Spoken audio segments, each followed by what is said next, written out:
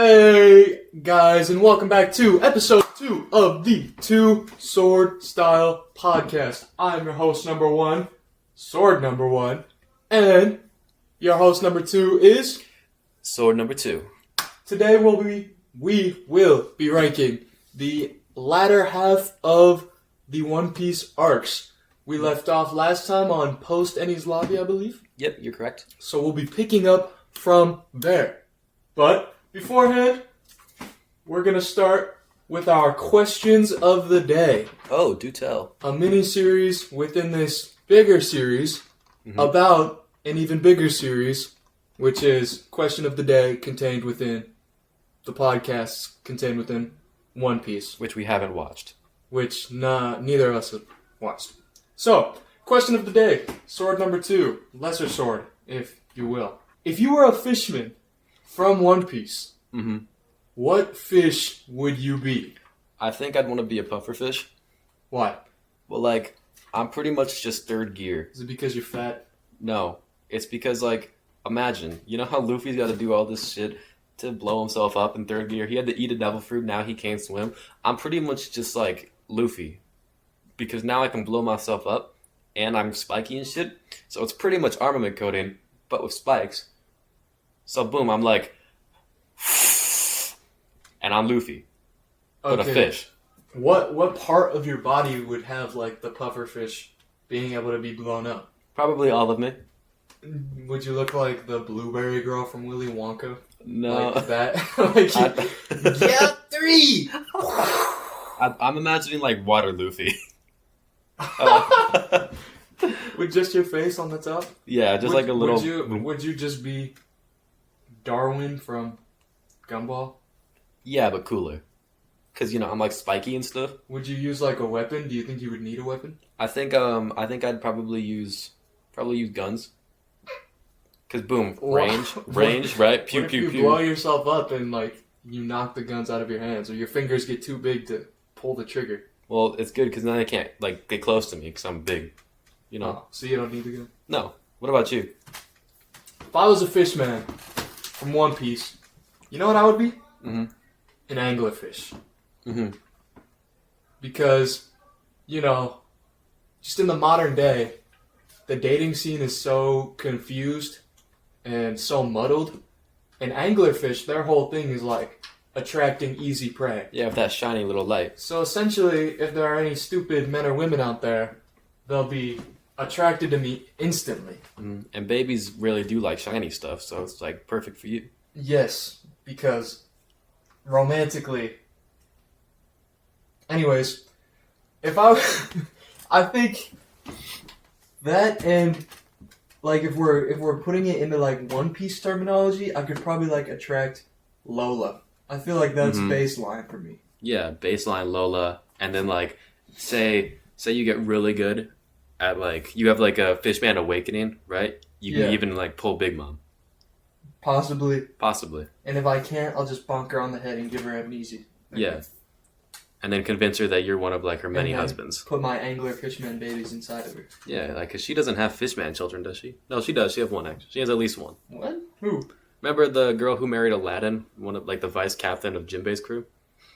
She was the one who helped the Straw Hats get away in Whole Cake. Really? Yeah, because she got all of her fishy friends to get rid of the mines or the sea trackers in the oceans. I forgot about that.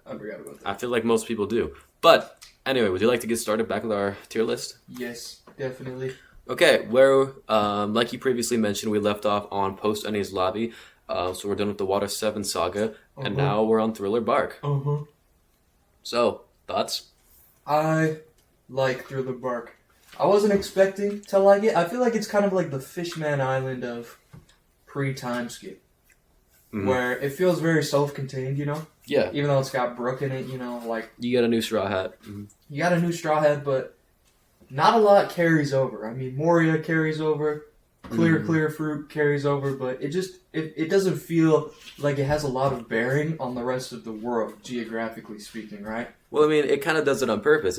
It's an island that's a ship, So it kind of makes sense that they just kind of randomly found themselves here. But I definitely understand what you're talking about. It feels like it could be like a filler arc. You know, it feels really short. Like I feel like that could be a filler. Or a filler Moria is what the hell? Clown. Yeah, what the hell was Oda doing with Moria? I would think that Thriller Bark, at least in pre-time skip, has the most annoying characters, which makes it a hard watch a little bit, especially in the anime. You know Hogback? I know Hogback.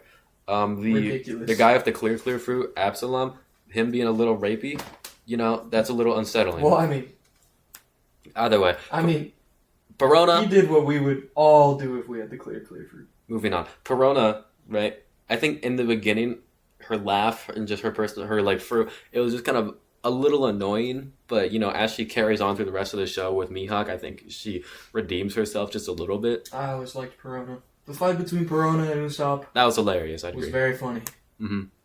Like most Usopp fights. Yeah.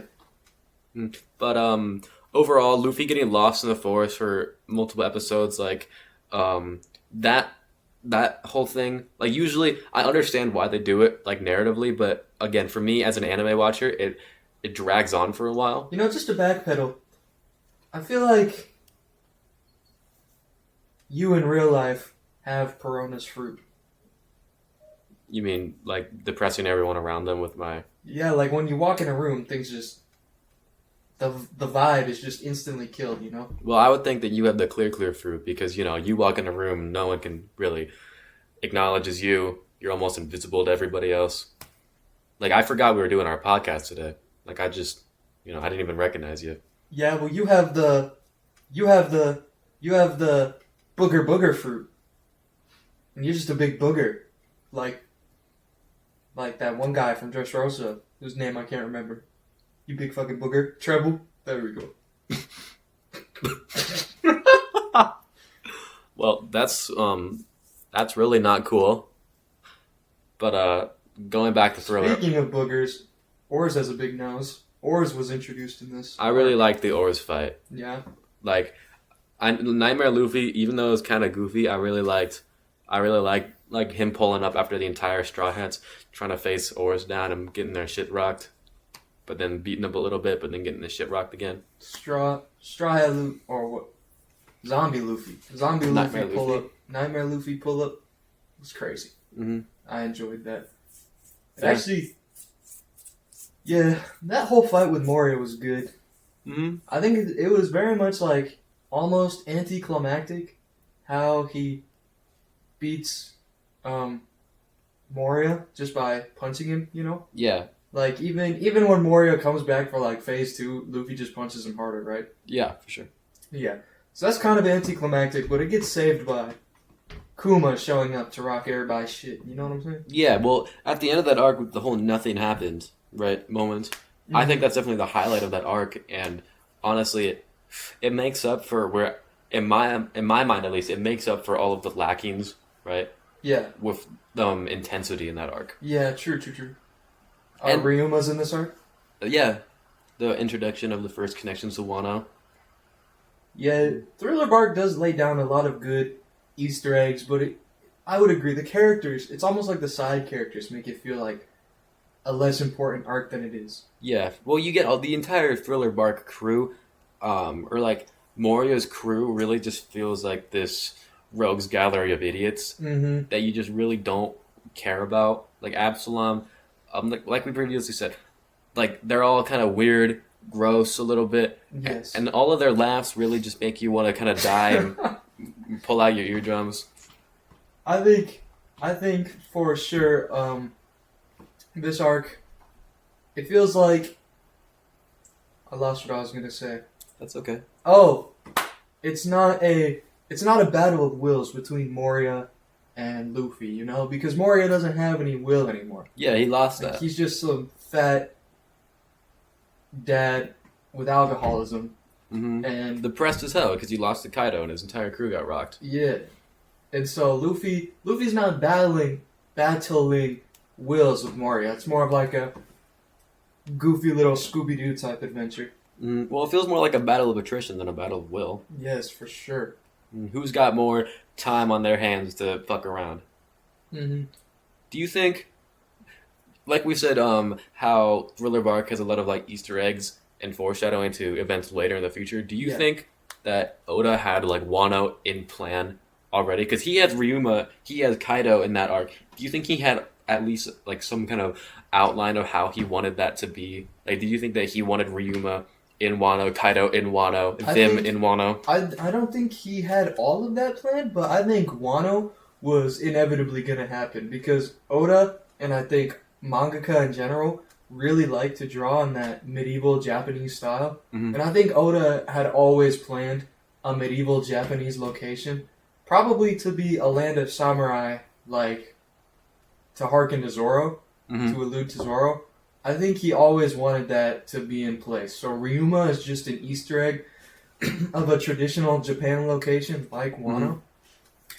Yeah. Do you think so? So now, like being learning in Wano, right, and kind of like throughout that part of the arc, you learn that Zoro's connections to like the clans in Wano, right? Yeah. Do you think by introducing Wano or introducing Ryuma, like this hero of Wano, and giving him his fight against Zoro, do you think that he had then like this outline of Wano planned, and then Zoro's connection of being part of some like big family clan? Honestly, I can't say. I didn't feel like Zoro was going to find any connection in Wano, even after he did. I was actually kind of surprised by that. I was kind of surprised that Oda did that because I feel like he usually doesn't do the stereotypical thing. Yeah, Like Sanji being a prince of Germa. I wouldn't say that's very foreshadowed. I would no, say that was definitely a big like, oh my god, what just happened? exactly right. And Nami being like from a poor plantation family, pretty much from the orange farmers. Mm-hmm. That I didn't expect either. You know, she seemed like almost classy and like she robbed for her own sake. Mm-hmm. I will say, some of them and it feels explained in their backstories and stuff, right? Like once you get into Sanji's backstory, right, it all makes sense, like where his comes from and where he is, right? Mhm. But and where he's been. But with Zoro, it just feels not very. It doesn't feel very explained because it's like his backstory is you get this little kid who wants to be the greatest swordsman alive who trains under this samurai dude and he fights Miss fell down the stairs lady. Down these stairs. Yeah, down these stairs. Biggest villain in One Piece. Mm-hmm. Yeah, so it's Claimed just kind of my like father yesterday. it doesn't feel like connected. It doesn't feel like it's shown through the backstory, at least so far. But Well, we got to move on before we run out of time. But just one more thing. Do you remember Moria's big ass pair of scissors? yes, That's crazy. I always forget about that, but he just carried around scissors the size of his body. Yeah. Would you do that? no, Would you run with those scissors? no. Good. I It's unsafe. Yeah, I definitely. want you here Zoro, because I love you. I love you too. Well, where do we think Top of B tier. top of B tier above Little Garden? Yeah. Okay, I'd agree. I think nothing happened. The whole Kuma shit. Even like the the celebration afterwards with Brooke playing Binks Sake. I think all of that really tied it all together nicely for me. Now here is one of my favorite arcs actually, Saba Odi Archipelago. Sabari. Introduction of the supernovas, the celestial dragons, and who Kizaru. else? Kizaru and Sentomaru. Introduction of the pacifistas. Giving you a good look into the new world. Introduction of Rayleigh. Yeah, Dark King Rayleigh. Sabari, I think is super important. Yeah. It's like the taste of the new world that essentially established everything that's going to happen. Yeah, it's like the first Straw Hats get their shit rocked moments. You meet a bunch of new characters that feel important, but aren't... Like, they feel important, but aren't used yet, so you're excited for what they're going to be doing next. Yes, especially Bonnie. Mm-hmm. You get, like, Kid and Law, that's when they're introduced, and Kid comes in big in Wano, and Law is big from Punk Hazard forward. Yeah, Law is actually... I think he's the most popular character in One Piece. He's one of them, for sure. He's like number 3 or something. Mm-hmm. But yeah, I think watching Luffy get real emotional as he's like watching his entire crew just what he's imagining like die or get their ass rugged as he's like slamming his head on the ground, crying like he can't do anything. He like especially Robin like holding her hand out like crying for him as he's like with Gear 2 trying to get there as fast as he can, but as at his strongest he's still like nothing. Yeah, he's getting whooped. I think the only part of the arc that honestly I would go as far to say like that part forward when they make it to that part of the Sabodi archipelago is like an S tier for me. But I think the part that brings it down just a little bit is the beginning of it, like where you meet Duval and like the flying fish riders or whatever. Yeah, how it kind of. It felt very like disconnected, like from here to here. Yeah, I agree. Overall, though, it wasn't bad. Like it was funny for sure. Like Duval is like you can hate on Duval, but I think he's a funny character. I think he's hilarious. Yeah. The flying fish riders are just kind of goofy and stuff, and the fact that like that they kind of came out as what seemed like antagonists had me like confused. I was like, we're going from like one of the warlords to this. Yeah, but then they get turned around pretty quick. I think honestly, it's kind of like what arc were we talking about that did that? Water 7. It's kind of like Water 7, where you have this goofy, kind of like not very serious, lighthearted part of the arc, and then it instantly just boom, they fight. You get that amazing impact frame where he goes up against and he punches Charlos, the Celestial Dragon. Then Kuma's there, Kizaru's there. Everyone's going crazy. All the supernovas are like shit, so they start facing Kizaru. Like it's all like, oh my god, what's happening now? After what seemed like a pretty good time of like having pretty easily dealing with the Flying Fish Riders, meeting Dark King Rayleigh, the vice captain of the Gold Riders Pirate. Yeah, it feels so like such a change of pace again. Real talk. How do you feel about what are your top 3 worst generation coming out of Sabadi? Who gave you the biggest impression? Like top 3 favorites? Yeah. At the beginning, right, I really liked Kid, and I liked Law, but honestly, all the other ones kind of didn't really do it for me, except for Drake. I really like Drake, ex-Drake. I think, especially seeing him later in the story, I really like that and his whole kind of planning and shit and everything that he's been up to.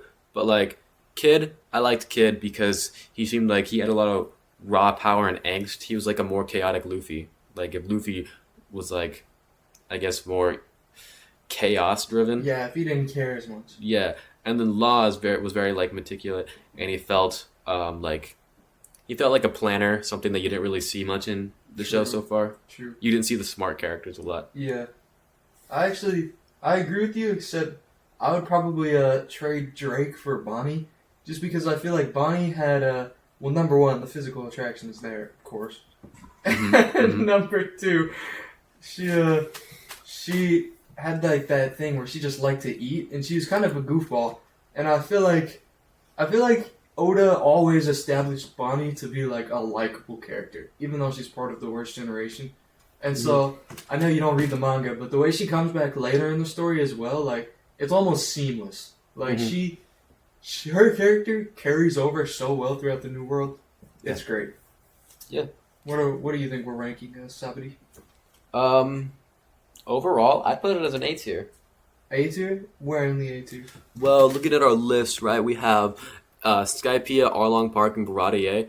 I think objectively, I'd put Saba Odi at least above Arlong Park. Oh, really? Yeah, I mean, it just because of what it does for the story. I think it has such a integral part to the narrative of One Piece itself, and it sets up a bunch more for later on, like the way that it then like seamlessly moves into Amazon Lily and everyone else's stuff. Yeah, I think it's all very done well. I would agree with you. Let's smack it above Arlong Park. Do we want to put it above Skypiea though? Is the real question. Oh man, I don't know. That's for you to decide. Did you enjoy it more than Skypiea? I think I enjoyed it more than Skypiea. Just a touch over. Like purely lengthwise as well. Skypiea is like triple the length. Well, one thing I'd like to bring up is right, Skypiea. It kind of connected with Jaya, right? But you could watch Skypiea, and that's Skypiea. You can't watch Saba Odi without being like, shit. Now I gotta watch the next arc. True, I agree with you. Let's smack it above Skypiea. Sabadi is very important. Mm-hmm. Very important to the New World. It might be one of the most important like arcs in the story. Yes. Well- Amazon Lily. That's the next one. Yep. I think Amazon Lily is a good arc. I obviously think it was the introduction of Luffy's BRDE, Mm-hmm. which stands for Big Rubber Dick Energy. Mhm. And He got his boo. honestly, the Amazon Lily girls did exactly what I would have if Luffy was unconscious. Which, Jerk him off. oh, honey. You do more than jerk him off. Yes, I would tie that shit around You my suck in it? waist and start hula hooping. I would treat Luffy right. Yeah. Like, I don't Better even know than the Boa guy. could. That's for dang shout. Yeah. Like, Boa's never been with a man before. Yeah, Boa doesn't know how He to doesn't treat know. that shit. I have a dick. I've been with like 4 different dudes. Yeah. And I've been with like 5 dudes. So I'm better than you. Yeah, totally. Yeah. Go ahead. I'm better at sucking dick. I than you. mean, it's not about quantity though, is it? I mean, I still have the quality though. One Direction only had 4 dudes, and they're more popular than some five group band. Could you even name a 5 group band? AC/DC. Could you name another 5 group band? No, I'm not even sure. AC/DC's five man. I mean, there's A, there's C, there's a It's slash. it's not even an Eiffel D and a Tower C. after 5 dudes. It's Mhm. like a teepee. Yeah, it's like a human centipede kind of thing. Whoa. Have you ever partaken? Overall, I think Amazon Lily was interesting because it introduced like the armament hockey and the idea of that. Because remember, like it didn't really name drop it very much, but it was cool because it was like, holy shit, these arrows are like super strong. What are they doing? And like kind of like the idea of armament hockey was introduced here. It kind of built up the darker side of One Piece with like the slavery and stuff. Mm-hmm. Overall, The thing I think though, I think that Amazon Lily, it almost kind of doesn't feel like an arc. Like the way, it's not very self-contained at all. Like it is definitely, it's almost like just a stair step into the next saga. You know, yeah, like Sabati is kind of like, it's sort of like the seed for which like the New World gets to grow out of, whereas Amazon Lily is just like, it's just one peg of the ladder. yeah, exactly. So. Well, that's kind of the thing of how this I entire wouldn't- saga works. I though. wouldn't rank it super high just because, I think it's either at the very bottom of B or highest of C. yeah, because Amazon Lily it doesn't provide enough meat to justify being ranked higher than it is, even though it has really good moments. Mhm. I think One Piece arcs just all the time have really good moments and really good foreshadowing. And I think Amazon Lily does it great, but it just doesn't do enough of it. That's what I would say. Well, Amazon Lily itself is kind of short. It doesn't.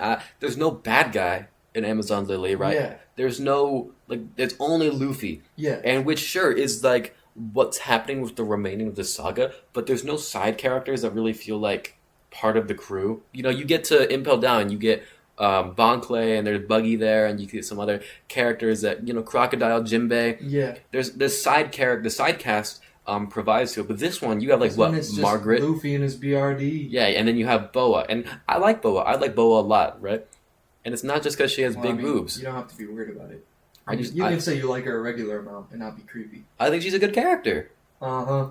not just because of the fan service. Boing, boing.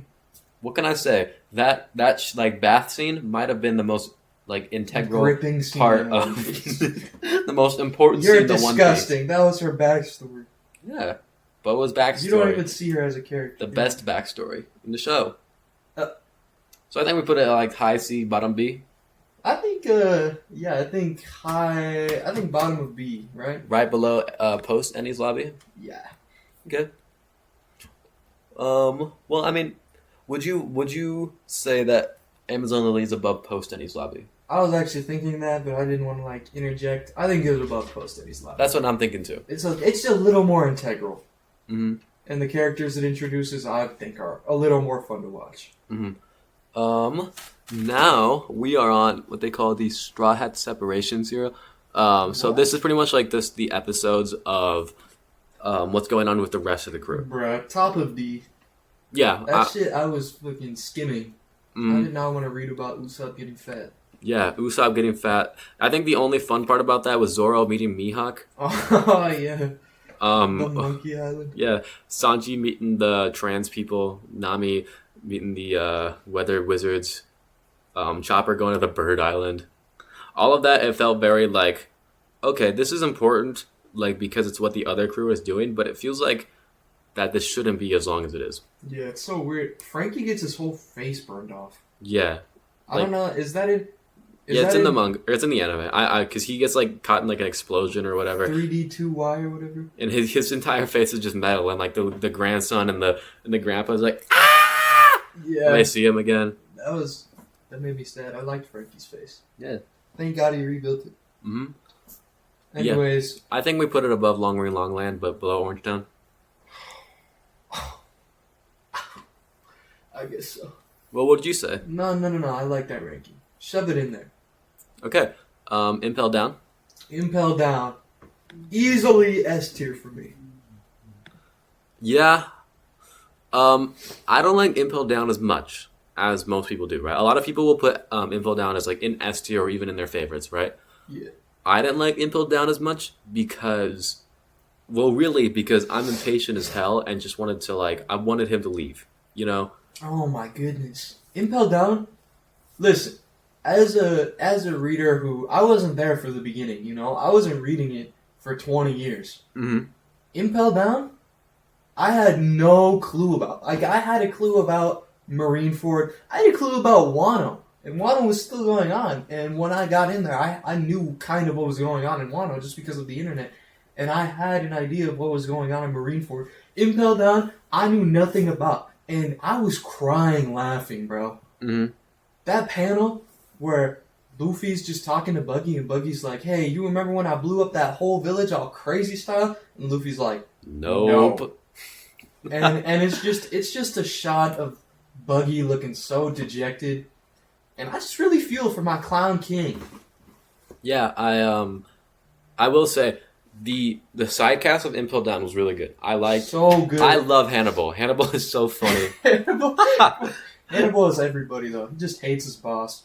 Hannibal just scheming in the corner. Well, if I don't do this and I don't do that, then Magellan's gonna get in trouble and I'll take his job, and then Magellan will just yell at him, I can hear you, you know. Dude. And he's like, ah! If your boss spent 75% of work shitting his brains out, would you kill him? You know what's hilarious about Magellan? What?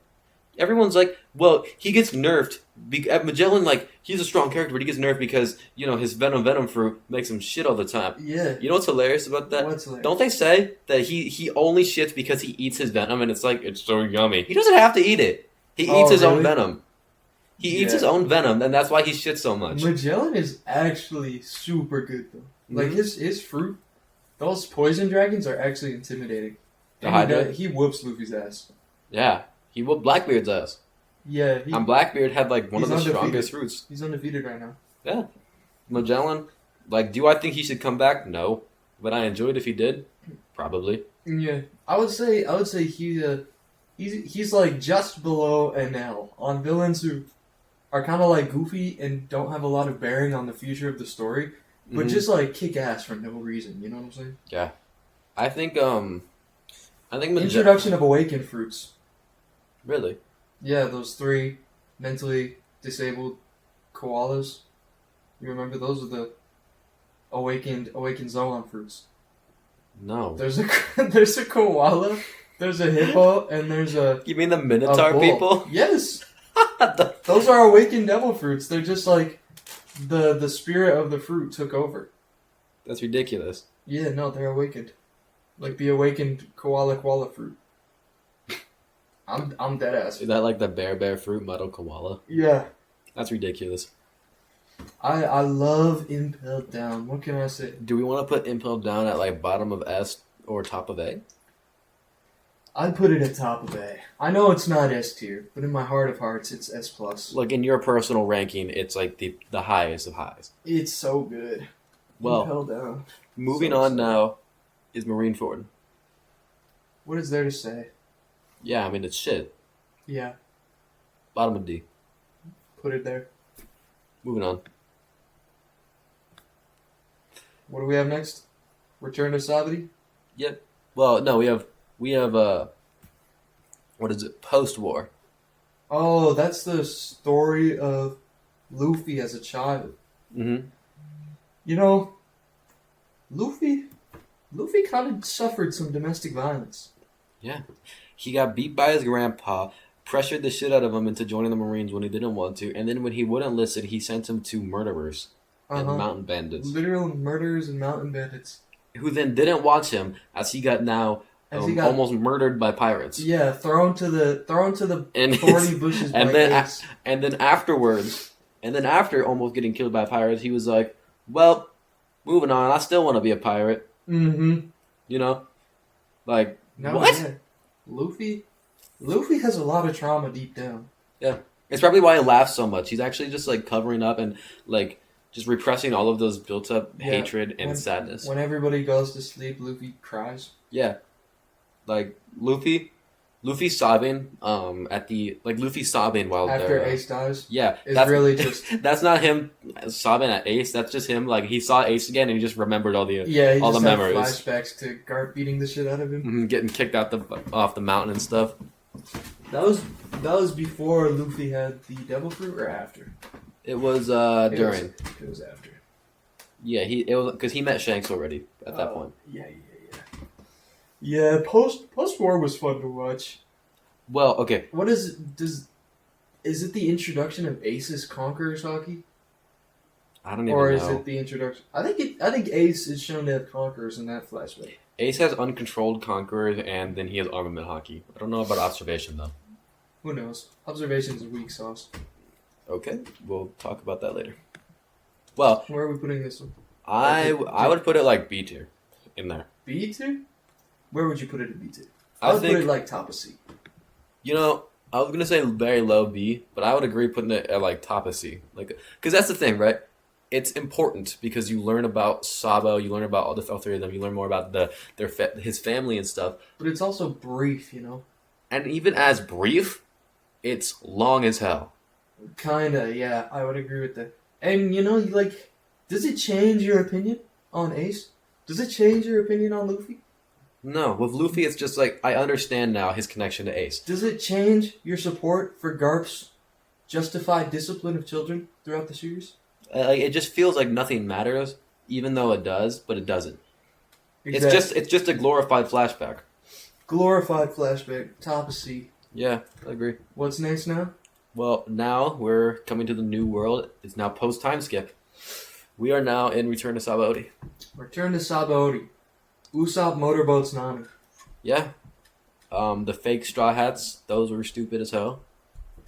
Mm-hmm. The fat Luffy. Fat Luffy.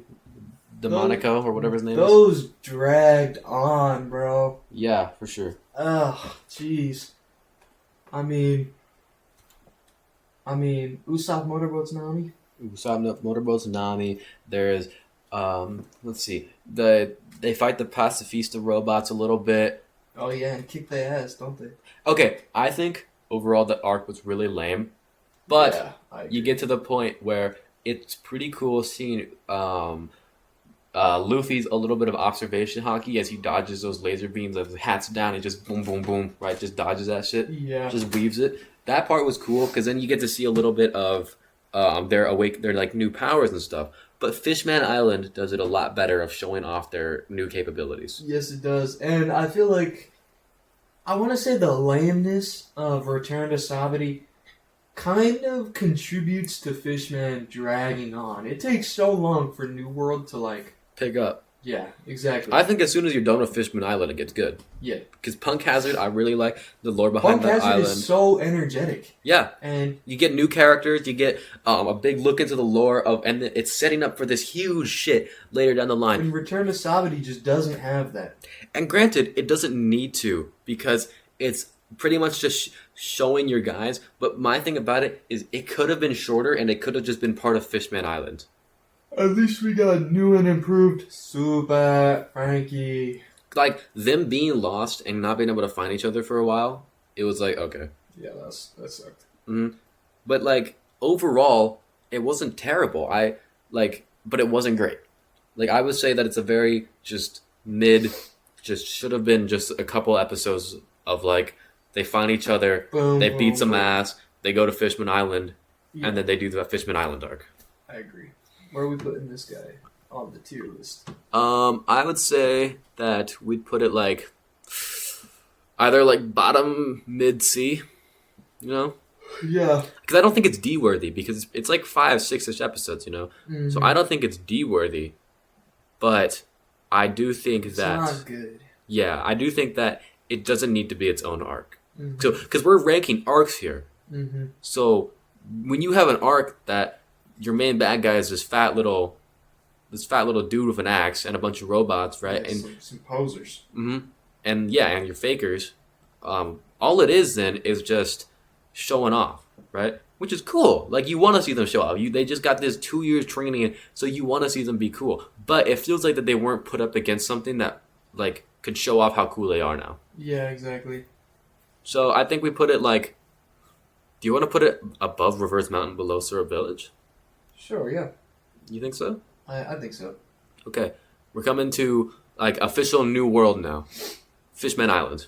Now, I will say, Fishman Island is my least favorite arc, of like the like actually main important arcs. Really? Yes, Fishman Island dragged on for fucking ever. It was like 50-something episodes, right? I hated Hody. Well, that's okay because Hody hates you. Yeah, I'm Fishman racist. For What I hate him for? no reason. Hody hates you for no reason. Yeah, because I'm a human. He's king of haters. The side characters a little bit of the fishman people and the mermaids. I didn't like some of them. I liked some of them though, but you know, it was a big 50-50 split. I didn't really care about the Odahime history and stuff. Really? Yeah, I just like it didn't matter See, to me. I just completely disagree with you. The Fishman Island arc for Oda, I mean, Japan does not like have that history of slavery that America has, that we were raised on, you know? Mm-hmm. And even so, the depiction of like racism and the cycle of hatred is so good. And the Fisher Tiger flashback and the Otohime flashback are so epic, I feel like. Like Fishman Island, it's not supposed to be about, like, it's not like Thriller Bark where they're just a bunch of dookie heads duking it out, you know? It's about ending this oppression and this cycle of human bad, fishman bad, and it's about something deeper, you know? Mm-hmm. And Jinbei apologizing for Arlong, that shit's deep as hell. Mm-hmm. And Hody, that like, what did they do to you, Hody? And he just says nothing. Yeah. That shit's cold as hell, you know what I'm saying? Mm-hmm. And Vanderdecken being the most relatable character in One Piece, that shit's cold as hell. He marked Shirahoshi as like a baby. That's ridiculous. Can you imagine? Can you imagine inviting some dude to your baby's birth, and he like holds her and gives her like some weird little face caress, and you're like, "What you doing, homie?" And he's like, "Nothing." And you find out he marked your baby. Mm-hmm. It's like some Twilight shit. That's disgusting. Yeah. Vanderdecken should have the skin between his fingers paper cut. I think Vanderdecken might be the most like unforgivable, hateable character in the show. Yeah, Fishman Island and Punk Hazard introduced the worst characters. Caribou. Caribou had me just like sighing. Caribou is so terrible, bro. Caribou coming back and Wano had me just. He's ridiculous. That's the thing. I don't hate his voice. I just hate looking at him. Yeah, me too. I look at him and it's like something that came out my ass 10 seconds ago. Literally, he's just a walking, talking piece of shit who needs to be tucked in at night. That little tongue, like the Okay, well, slither tongue. well, you know, we're both thinking the same thing. So, Fishman Island, since we disagree heavily on this one, can we just put it directly in the middle of the tier list? Well, I'm going up. I'm like objectivity, right? So like objectively, It's amazing. Objectively, I think it's the start of the poor pacing of post time skip. Objectively, I think the fights aren't the coolest. Like, sure, Luffy destroying the ship and stuff that was falling down after Vanderdecken like threw it with his mark fruit or whatever. that was cool because you're seeing like his new abilities and stuff. Him using Red Hawk for the first time, that was cool. That's just crazy. Yeah. But it was really like what I like out of the One Piece fights is not just what Luffy can do, but what both of them do, right? So seeing just Hody be like, boom, you know, it's like whatever. Yeah, Hody was not made to be interesting, you know. So I understand how it's not very compelling. Yeah. Where would you place this, huh? Objectively, I think I'd put it like high C at best. Damn. I just think that the lows are too low to make up for the highs. Tell me, what's at the bottom of B tier? The bottom of B tier is post Ennies. You think Fishman Island is less enjoyable than post Ennies Lobby? The thing is I just feel like there's more people who would forced to, they would watch post Ennies Lobby over watching Fishman Island. Jeez. I understand liking Fishman Island. The flashbacks, right? I think the emotion behind it, it's interesting, right? I just can't get behind it. Maybe I'm just fishman racist. Dirty little fishman. Dirty big-lipped fishman. Dirty web-skinned fishman. Whoa! Dirty gill-having fishman. We gotta put this at the bottom of, or at the top of C tier or something before you get too racist. Do you want to put it at the bottom of B tier? Yeah, why not? Okay, I think it deserves to be. I'll put it there just for you. Thank goodness. You overcame your prejudice. I'm like Jinbei. Tweaking currently. What do you mean? Well, I guess you never had too much prejudice. I'm like Fisher Tiger. Yeah, you like Fisher Tiger. Yeah, but not, stupid and webbed and gilly. Oh. Is that how you would describe Fisher Tiger? What do you think about Punk Hazard? Wow. I think Punk Hazard was very fun. It was an excellent demonstration of, it feels like the Drum Island of the New World, doesn't it? Are you saying that just because it's set in a snowy place for most of it? Yes, and, you forgot about this, but I actually rewatched Drum Island recently. Mm-hmm. Luffy and Sanji fight a bunch of fat bunny monsters. I remember that.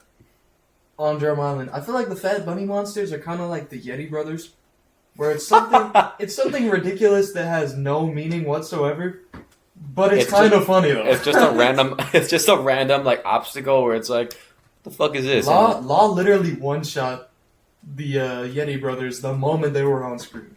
You know what kind of confuses me? What? You know how giants are said to be the strongest race, minus Lunarians and stuff? Giants are supposed to be this huge, monstrous, terrifying race of people, right? Sure as hell. Yeah. Every giant in the show gets their shit rocked. Harjudian doesn't. Which one's that?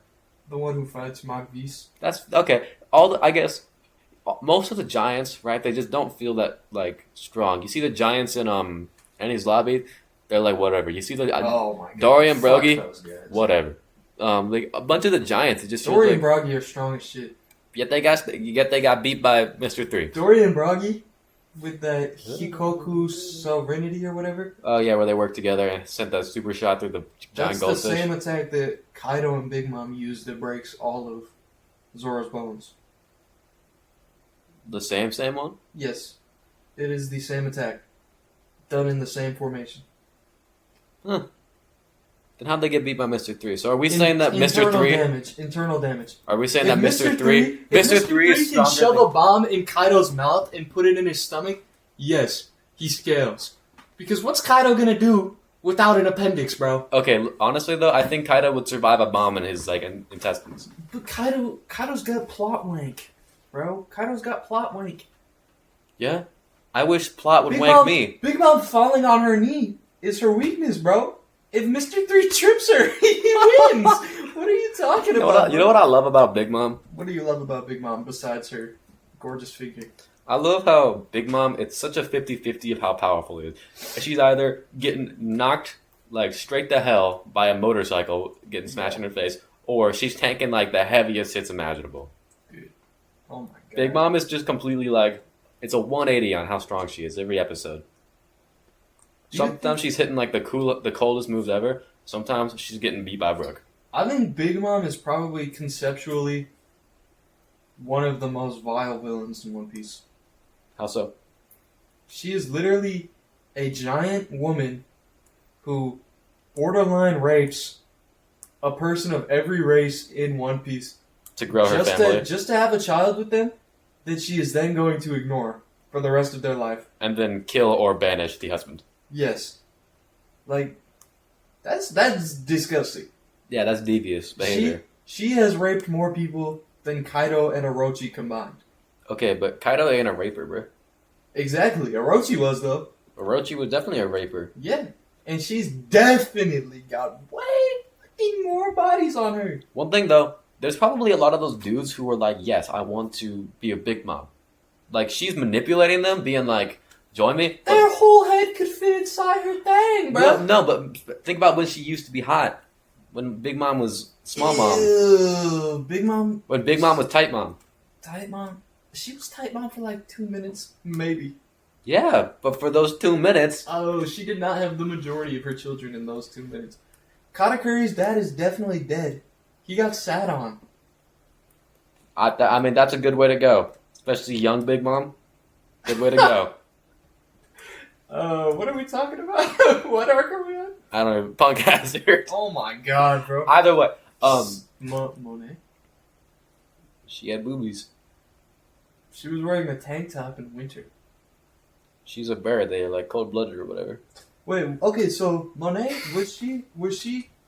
she didn't have like a Zoan or anything, right? No. She's like half She of was me. a Logia. She was a Logia, but Caesar the clown, right? Caesar clown did like those experiments on people. Oh, so he gave her wings? I believe so. Interesting. Monet was like a nothing villain. She gets killed by... I think honestly it was just Somebody. cool. I think Monet's entire thing was just to see Zoro be cold. Yeah. Tashigi and Smoker get their hearts swapped. Yeah, and then Smoker's like, look at Tashigi's boobies. And she's like, no, not my boobies. Yeah. Does the Smoker need to be locked up for that? Smoker definitely was flicking the bean Whoa! while charging at Caesar. Dude. No, he was not. Smoker is a cool character. Smoker actually used to be one of my favorite characters back in like pre-time skip. Before he got fodderized. Yeah, before he became like your typical. He is ridiculous. Smoker needs to have like an awakening. What would that even be? Smoker's awakening. I don't even know. How do you think Smoker would awaken his fruit?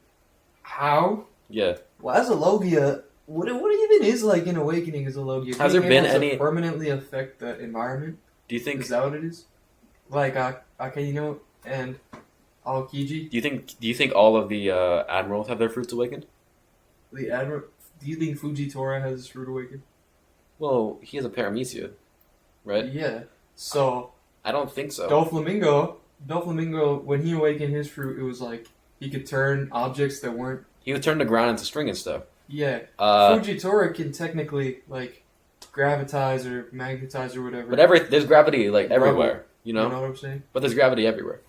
But don't you think like what do you think the extent of his capabilities would be if he awakened it though? Like I feel like it's so hard. Do you to think some guess. fruits can't have like an awakening, or do you think every fruit can be awakened if the right person like does the right things? I can't. I don't see why not. I don't see a fruit that couldn't be awakened. What do you think about? Let me think.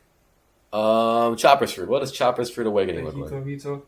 You know, I just think he has a Hito that we don't know. You think Chopper's fruit's a mythical zone? Yes, entirely. I think Chopper realizing it's a mythical zone, right? I think that's like the power boost he's gonna get in this final saga. He's gonna realize that his fruit is like more than just what it is, just like in a Luffy scenario. Because, like, what Monster Point exists with no other zone. Brain Point exists with no other zone. Yeah. Chopper might honestly be already awakened. You know what I'm saying? He has literally 7 different forms. Well, yeah. Do you think that just comes from being the human fruit? Like how humans have Like more versatility. yes, a much more vast capability than normal animals. I think so, but like you think because if a regular person ate the Hito no Mi, do you think they'd have like a brain point and a kung fu point? You know, I actually do. I think if a normal person ate it, it would just be enhancing their abilities, like by tenfold. Like Yeah. if you ate it, What about Monster Point? Monster That's Point. like unexplainable. I think Monster Point, right? Imagine you just Hulk out. You just grow to like giant size. Hmm. But like, say you go into like you're like a human eating it, right? Your zone forms like you would be like your strength like tenfold, like a rouge times like strength grow, like your speed freaking doubled, tripled, quadrupled. You know, your abilities, like your physical and mental capabilities, will just be like super enhanced. I think Yeah. that's what would happen because I just feel it feels ridiculous that there would be a fruit that if anyone but an animal or an item ate it. Well, that's why I think it's mythical. All the other Hitos we've seen are mythical. Mm-hmm. Where are we ranking Punk Hazard, by the way? I like the Caesar clown fight. I like meeting Kinemon and seeing the entire stuff with that. I like Law. The Salamander. Yeah, I liked. Honestly, I put it at A. I put it bottom of A or Yeah. high B. Me too. Do you want to put it above Thriller Bark or do you want to put it below Baratheon? I would say above Thriller Bark. Okay. Put it above Thriller Bark. Introduction of Fart Butt. Everyone's favorite character, Fartbutt. My favorite character. Well, you ready for Dressrosa? Dressrosa. Holy shit. What an arc. One of the longer ones, right? It's the second longest. And it's only got half the Straw Hats. What? It's only got half the Straw Hats in it. Oh, yeah, you're right, because the other ones are in Wano. Yeah. Well, so. No. They're not. That's not how Roll it is. cake or whatever. No, it's Whole Cake where there's only half of them. No, it's not. Yes, it is. It's Dressrosa. The others are on the boat. Oh, Going yeah, to like Zoe. at the end of it. Like towards the end of it, right? Maybe. I think so. No. Yeah, because Sanji at least, right, has a battle with Doflamingo. Oh, that's right. No, because Sanji clashes with Doflamingo, they Yeah. swip off. They're going to Zoe. And then what's going to happen there is they, while on the boat, gets attacked by the painting lady. Yeah. Dressrosa is such a long Grandma Saggy Tits. There's so much to talk about with Dressrosa. Yeah, and we're 51 minutes in. Let's start. Oh my god. Let's start with the Colosseum, right? Mm-hmm. How do you feel that was handled? Did that drag on? So the only time I've read One Piece is in Dressrosa because for the beginning of it, I didn't have Crunchyroll, right? Right. So Hulu ends off at Punk Hazard, at least when I was watching it. Right. So I started reading it for a little did you bit. enjoy that? I enjoyed it much better than I would have watched it because I ended up watching it after reading it. Yeah. And I immediately skipped the Colosseum. Because know. I read it, right? I Mhm. liked it because it was fast. I got to the anime, I watched the Colosseum, and I'm immediately like, what the fuck is happening? Dressrosa is an arc It's either you love it or you hate it, I that feel. I couldn't put down, but I also felt I was trudging through, you know? Well, I couldn't put it down because I knew that it got better. I was like, I just have to watch it. I just have to watch it. I just have to watch it. I just have to watch it. But then hearing Pika's laugh for the 800th time, I just couldn't. Yeah, like the fight with Pika, terrible. Corazon flashback, amazing. Yeah, it's such a bipolar arc. Viola's entire character, kinda bad. Rebecca's entire character, kinda good. Doflamingo, pretty good. Everyone else, kind of ass. Uh-huh. Bartolomeo, Pretty good. excellent. I think the way it sets up the Straw Hat Grand Fleet. Grand Fleet. Grand feet, you freak. I like Grandma Feet. What? Who said that? But the Grand Fleet, I like that. Right? Doflamingo fight, I loved that. The rest of the Straw Hat fights, I was indifferent. Them trying to save the princess. Frankie versus Senor Pink? Oh yeah, okay, I forgot about that one. That one I liked. That shit was crazy. When he suplexes Frankie from the top of that tower. When they just let each other hit each other just to see who was sustained, right? Yeah, Who would who's last? the better man? Mm-hmm. That's just crazy. When he asked about getting a drink someday, Uh-huh. Yeah. I love that. that shit was cold. That shit was cool. So hard boiled type shit. For real. But yeah, overall, I feel like it's probably the most controversial arc. Yeah, I would agree. it's just got the biggest ups and downs ever, bro. Mm-hmm. Like, I would say, you know how Wano kind of seems like it's just building and building and building until everything goes like supernova at the freaking raid on Onigashima? Yeah. It feels like that it's all built up for one moment. When meanwhile, Dressrosa, you know that their one moment is coming. And when you hit that one moment, it's when you know, like, okay, this shit was good, right? Mm-hmm. But everything else before that, the Colosseum, all like the little Tontadas trying to get their shit, Sugar, right? Uh-huh. Like, flashing from like a great moment to a not so great moment. well, because it was the way that back and forth. The way they paced the battles, it was like you get like 10 seconds of each fight. Yeah. And there's so many of them happening, right, that you don't get to see anything. It's just you see the same thing over and over, but it like inches forward like a second. Yeah. Another second. No, Another second. Overall, there's a lot of moments that I highlight that I really enjoyed. Like Usopp with his little observation hockey moment. Excellent. Yeah, that was amazing, right? The fact that they never touch up on that again, what the fuck? Gaudy Usopp. Yeah. I'm actually pissed that they didn't give Usopp an observation awakening or his observation hockey. Like they didn't just give it to him. Like he fucking had it. Like if he didn't get that moment where he shot Sugar, right? They like Luffy and Traffy, they're done for. Like the game is over. Doflamingo cooks everyone else. It's literally up to Usopp to save the day because he is the only one who can do anything, being the sniper of the crew. Yeah. And then he's like, I literally can't. And then boom, observation hockey, right? He's like, oh my god, I can see what is happening. And then next arc over, you get to Zoe, you get to Whole Cake, right? You get to Wano, he's just running away again. It's like, you just unlocked like actually crazy observation hockey for a split second. Why can't we retouch on that? Yeah. And did you watch the movie ever? Which one? One Piece Red. I haven't watched any of the movies. Dude, in Red, his observation is so good that he can see through his dad's eyes in a different dimension. Wow. That's like Shanks level observation hockey. Yeah, he's got crazy ass observation hockey. But then they never fucking touch it again. You know why? I watched the video. He doesn't know. Usopp is always getting put in fights where he has to throw hands.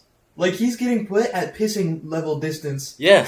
When he's a sniper. Of fucking dinosaurs. And he's a sniper, bro. Can you imagine being the sniper of the crew in, like, modern day? All you have is a rifle. All you have is a rifle, and you see this little fucking midget running at you with a knife. And you get parachuted down into a fucking battlefield, and you're just staring down the barrel of a tank. Yes. You're staring down Terminator. Yeah. You have a sniper rifle. You're not doing anything. I think Usopp is the MVP of Dressrosa. Yeah, totally. What I love Usopp versus Sugar. I didn't like a good chunk of like that underground portion, right, with Treble and Sugar. The Tontadas? Yeah. You know what I did like? I loved Usopp versus Sugar. That shit had me laughing like crazy. Yeah. And the fact that she never recovers. Yes, she just has PTSD. Yeah. Yes. That's great. Usopp just taking out the, for some reason, most formidable but, like, whack-ass enemies. Yeah. I think it's my favorite just, like, random bit in the show. I like Dressrosa a lot. Mm-hmm. There's some parts that really feel like you don't need them at all. Like Don Chinzhao getting his head blasted in. Ridiculous. Well, we don't need that character. You know what had me strange? Had me confused? He's supposed to be, like, rivals with Garp, right? That's the way he made it sound. Right, he's like, no way. He was like, I used to fight with Garp and stuff. Roger was rivals with Garp. Exactly, but he's like, Garp would chase me down. I used to fight with Garp. Garp immediately rocks his shit, right? But he's like, nah, I used to fight with Garp and shit. And then, right, you get Luffy, who just immediately rocks his shit again. Exactly. It's like, how are you saying that you're like strong and you were like Garp like enemies? You know? So do we think Dressrosa... I think it goes below Arlong above Baratier. In A tier.